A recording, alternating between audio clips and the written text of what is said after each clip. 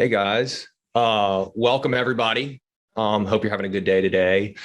And I'd like to talk about the Log4j exploit that happened last month. And I'm uniquely involved and close to it. So I've got a unique perspective. So let's first talk about who I am. So who is this guy? Who is Rob Tompkins, right? I did a bunch of mathematics and mathematical logic in school. And I actually studied under a guy who studied under Alfred Tarski, for whatever that's worth. But that's kind of a fun name if you guys want to go look that up.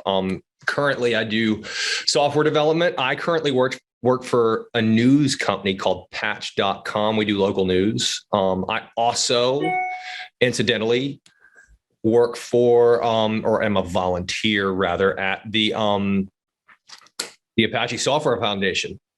And clearly I'm a little out of order, but that's minor details. I also used to work for Capital One, because Capital One here in Richmond, Virginia is a big deal because they came from Richmond, Virginia. But now I'm in news, and news is more fun to me because it's something that we all kind of need. And Patch does local news, which is kind of fun, which is something that we all need. So what do I do at Apache, right? I started off just as a committer on the Apache Commons project, but I've worked my way up to being a member, and I've even worked my way up to being the VP of Jakarta EE Relations. Now, what does that mean? That really means that I am the liaison between the Apache Software Foundation and the Eclipse Foundation, okay? And when I'm not doing computer work, I am an adventure sports athlete, and I actually play some music too. But the adventure sports athlete, I can just show some pictures of me doing some interesting things. So I'll do that real quick just for funsies. So this is me on the Green River in North Carolina, paddling off a rapid called Sunshine. That was back in, I think that's 2007 or 2008. I haven't paddled that line in a long time, but that's me.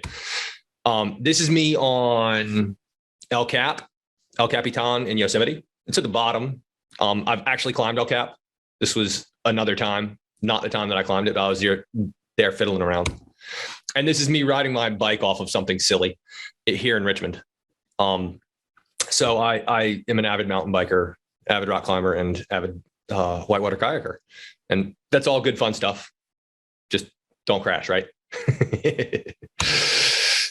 So generally when I talk about open source stuff, I always offer this question: does anybody not know what an open source project is? Because if you don't know, that's unfortunate, but we'll go for the definition. And the definition here is at opensource.org. Briefly, it's a project in which the public at large can find the source code for the project and can utilize the project.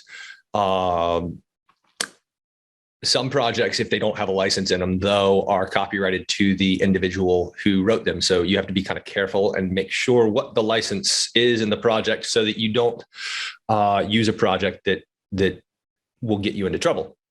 Anyway, we're here to talk about Log4j, right? So let's go ahead and dig into the actual Log4j exploit. And why is this such a big deal? Well, Amazon Web Services kind of fell over at the beginning of December because of it. And we don't really know why. There are some circulating opinions about why, but I'm not entirely certain as to why it happened, but I know that it was bad. So let's look at some code that shows the exploit in progress, right? So let's assume that this is an HTTP handler in Java, okay? And that log here is the Log4j API using version 2.14.1 or earlier. So any Log4j 2 stuff. So this is anything that was before December effectively, right? And if I were to, in an HTTP request to this handler, pass across a header for X API version here that looks like this, then the machine on which I'm running will use the JNDI lookup mechanism of Java to run an LDAP command to attach or to attach itself to the some-attacker.com/a. Okay, so that runs an actual LDAP call to that URL when this logger call happens. And why does that happen? Because the variable replacement mechanism here accidentally accommodates for it. And that's unfortunate. And apparently somebody found that and exploited it. And it was unfortunate because it caused a lot of people to raise their eyebrows. So what are the affected versions of Log4j, right? Like I said, most versions are affected. All version 2 versions are essentially affected. And that's unfortunate because, I mean, a whole lot of people use Log4j. I mean, we know that Amazon Web Services primarily runs on Java. A lot of places primarily run on Java, and the primary logging engine for Java is Log4j, right? And so that's unfortunate. And if you want to know specifically, here's the actual version range, okay? So how bad is this vulnerability today, right? We know that at the beginning of December, anybody using Log4j was vulnerable. I mean, that's what a 0-day vulnerability is. Somebody lets you know that it exists, and the world's like, oh no, we all got to fix our stuff.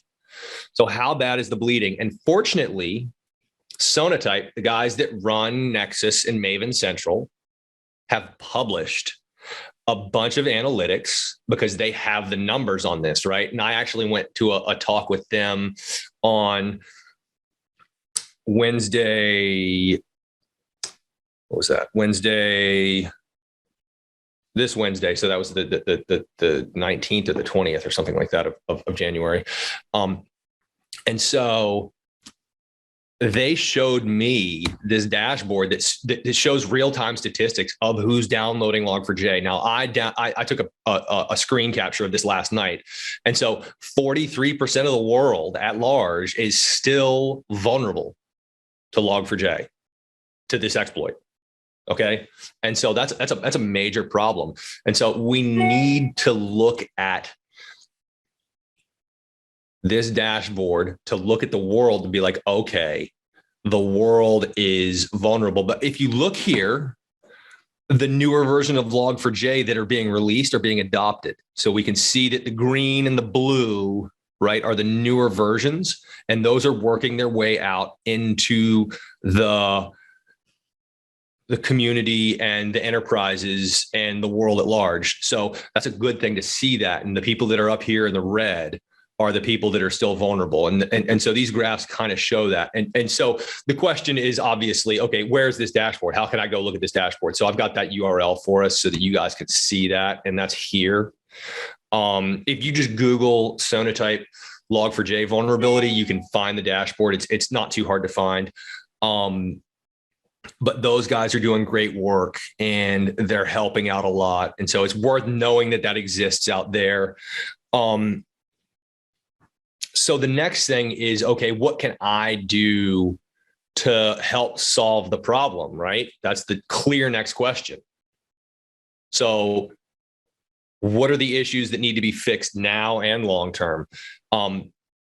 Obviously, if you're at an enterprise using Log4j, let's remediate the bug in your production software. So sort that out first, right? Any 0-day exploit like this, we want to make sure that the world at large is secure. And that's the whole point of the publishing the CVEs.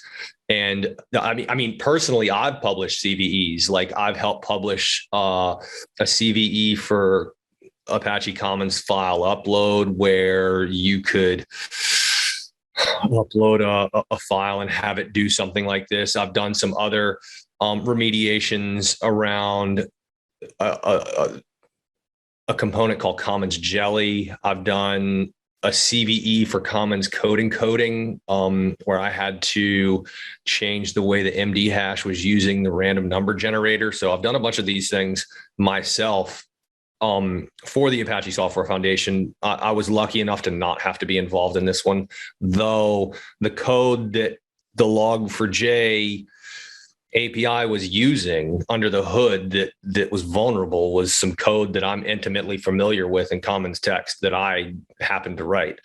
And so there's some subtleties there on how we do CVEs, and Commons text is a very general library and Log4j isn't a very general library. So we'll get into some of that down the talk a little bit more, but first things first, remediate your production environment. That's important. And I can't stress that enough, because I mean, we published a CVE at the Apache Software Foundation in, I guess that was the spring of 2017.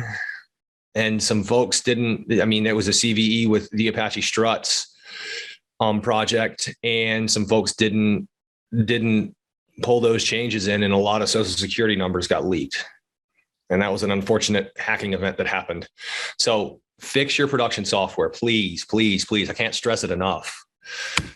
After that, we in the open source world need a lot of help.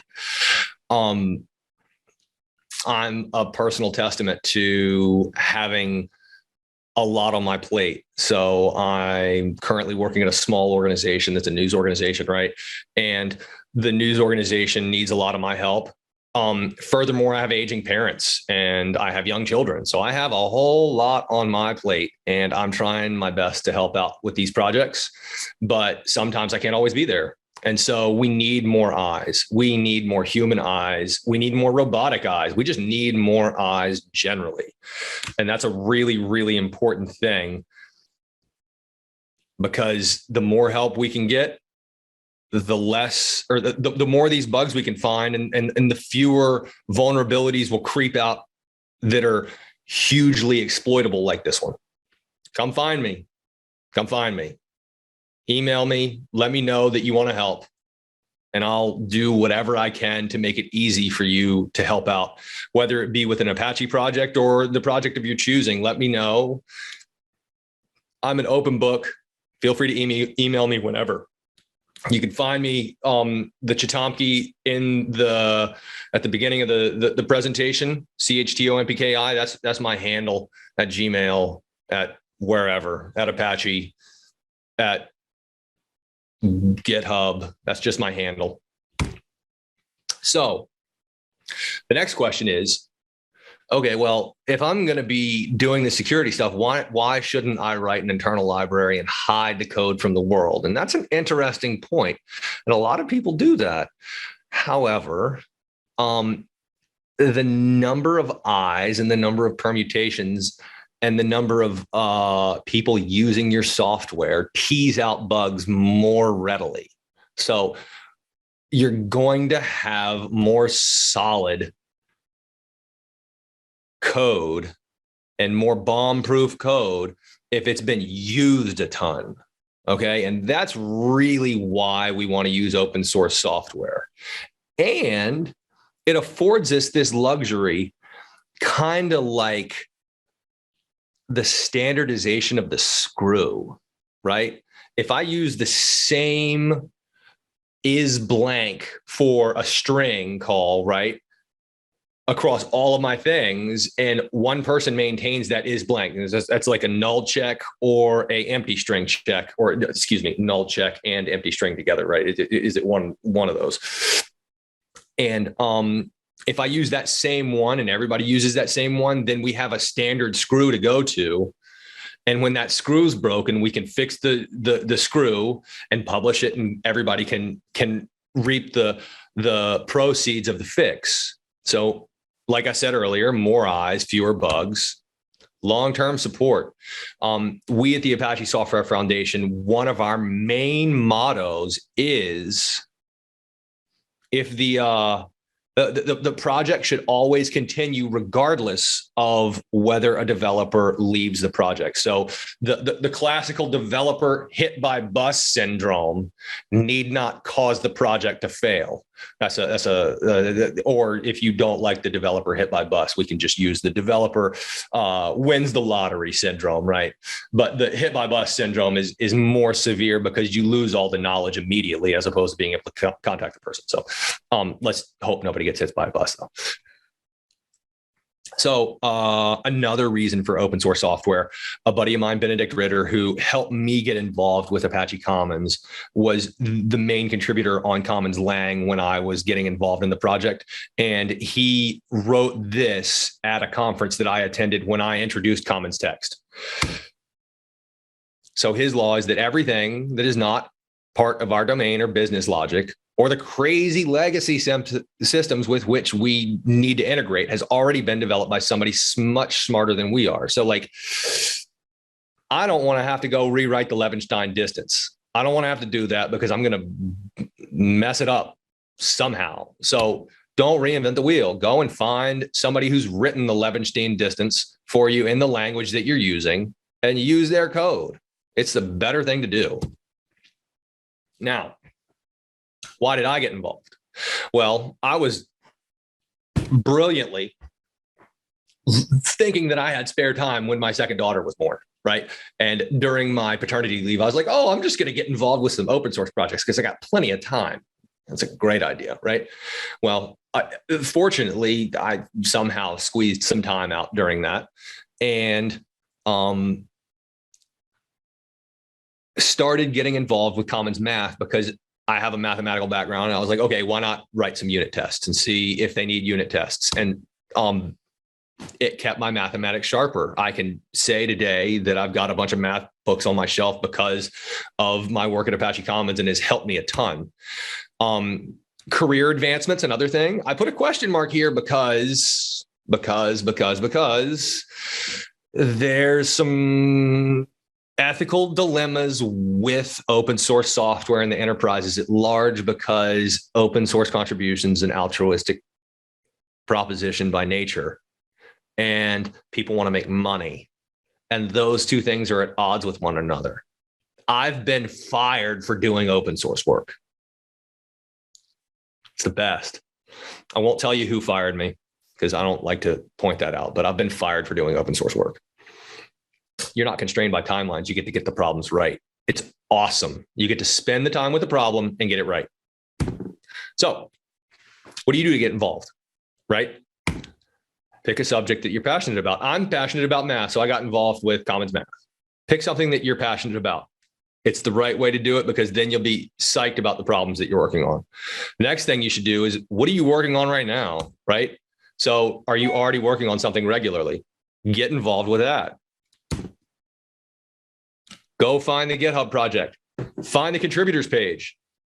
Check this link out. So you can find the contributors page in there. It's with the commits. You can find the contributors page on GitHub. It's no big deal. It looks like this. This is how I got involved. I looked at Commons Lang. This is what Commons Lang looked like. And I emailed Benedict and I emailed Gary. For what it's worth, guys, Gary Gregory is one of the main contributors to Apache Commons and Log4j.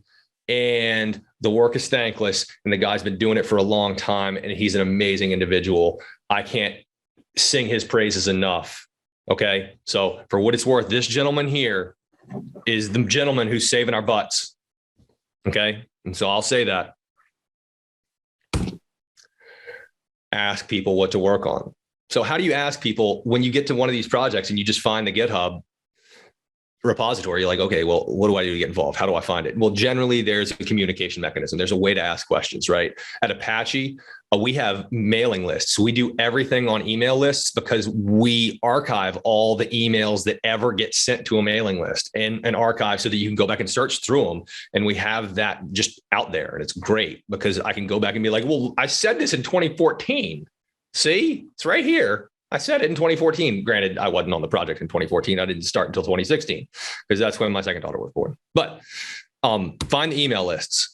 Use the readme.md, find the user mailing lists, find whatever you can find to talk to the people that are working on the project. Find their email address, email them directly. It's a great thing to do. That's what I did. I emailed the guy that was working on Commons math and was like, how can I get involved? And he was like, well, why not do unit tests? Unit tests are great. We always need more unit tests. That's true across the board. When you go to a new institution, you're trying to learn their stuff, write unit tests. So this is an example of the mailing lists page. So we have a security list, we have a user list, we have a developer list, we have an issues list. This is something unique to the Apache Software Foundation, okay? This is not something that everyone has necessarily. So this is what we have. If you guys want to know more about Apache projects, I can help you particularly in that realm because I'm well versed in how the Apache projects work. So let's talk about the hierarchy of privileges on a project. So you might talk to somebody and they might just have commits in the repository, or you might talk to somebody and they might have the ability to make settings changes to the repository. Those are two vastly different set of privileges, right? And so when you're talking to these folks, you got to be careful because you don't quite know who you're talking to and who has which rights. But when you get involved in one of these conversations, you're generally on the mailing list, and generally the people that have been there the longest will answer you. So, but let's just go through the hierarchy of privileges in a general open source project. So this is community dependent, like I said, but Commons and Apache generally has the following: a user, anyone consuming the software. A user is part of the open source community, whether you like it or not. Based on the license, right? Based on the Apache 2 license, you're part of the community. A contributor, anyone who's made a contribution, whether that be documentation, tests, code, even communication on the listserv, answering questions on the email list. That's a contributor in my mind. Anyone who's made a contribution is a contributor and deserves to be celebrated for their work. A committer is someone who has commit privileges to the upstream repository. So if I can commit to github.com/apache/commons-lang and make commits directly on the main line, then I'm a committer, okay? There it says it. I can present votes at Apache. So I can be like, okay, I'm going to demand that we make a vote on project direction, maybe a release, right? Performing releases. That's the next thing logically in line there. If I'm performing votes, and there's a process here and it's well documented and you have to like jump through a bunch of hoops. But if you can commit, you can present a potential release. So from once you get to committer, where does it go? It goes to committee member. So what is a committee member? A committee member is somebody who has voting privileges on a release, somebody who can say yes or no. And oddly enough, if a single individual, at least in my opinion, if a single individual votes down a release, they say -1, or if they even say -0, where they have a dissenting opinion on a release because of something that I've done, I generally tap out and say, okay, that release is cooked. It's done. We're trashing it. And I listen to everything that they have to say and go and try to make those changes and re-roll the release candidate and re-sign it and resend it up. And sending up one of these releases isn't easy because I have to GPG sign it. So I have to build it off my machine and GPG sign everything and rebuild it all and send it all back up and build a potential website and all the documentation and all that stuff has to go up into one of these release candidates. And if somebody finds a nit like, oh, you misspelled something in the release notes, then I'm going to go back and I'm going to do it right because we have the time to do it right, unless there's a security issue, in which case you just get it done as best you can. So voting privileges with releases, new components, bring in a new component, bring in a new committer, bring in a new committee member, All those voting rights live at the committee member level. There you go. Proposing new committers. Committee chair.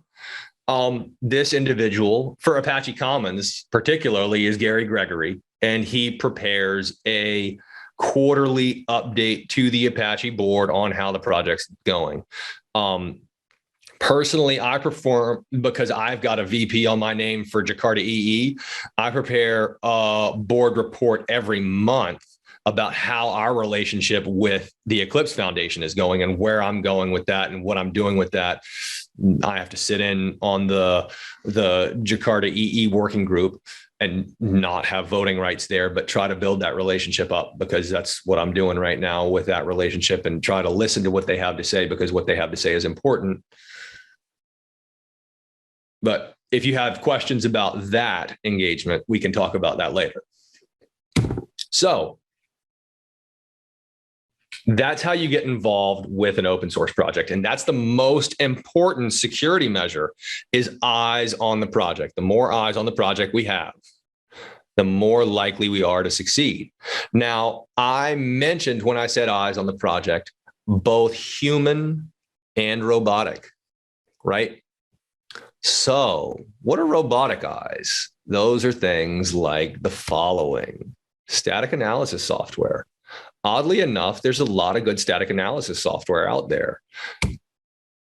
Formatting and readability. Well, readability is really important for the people that are actually looking at the code. And I think that this is maybe the most important type of static analysis that there exists, is to make sure the code is readable. Because the OpenSSL bug, what was that, Heartbleed? That was because OpenSSL was a 6,000 line switch statement, and no one could read the sucker, and no one could understand what was going on there.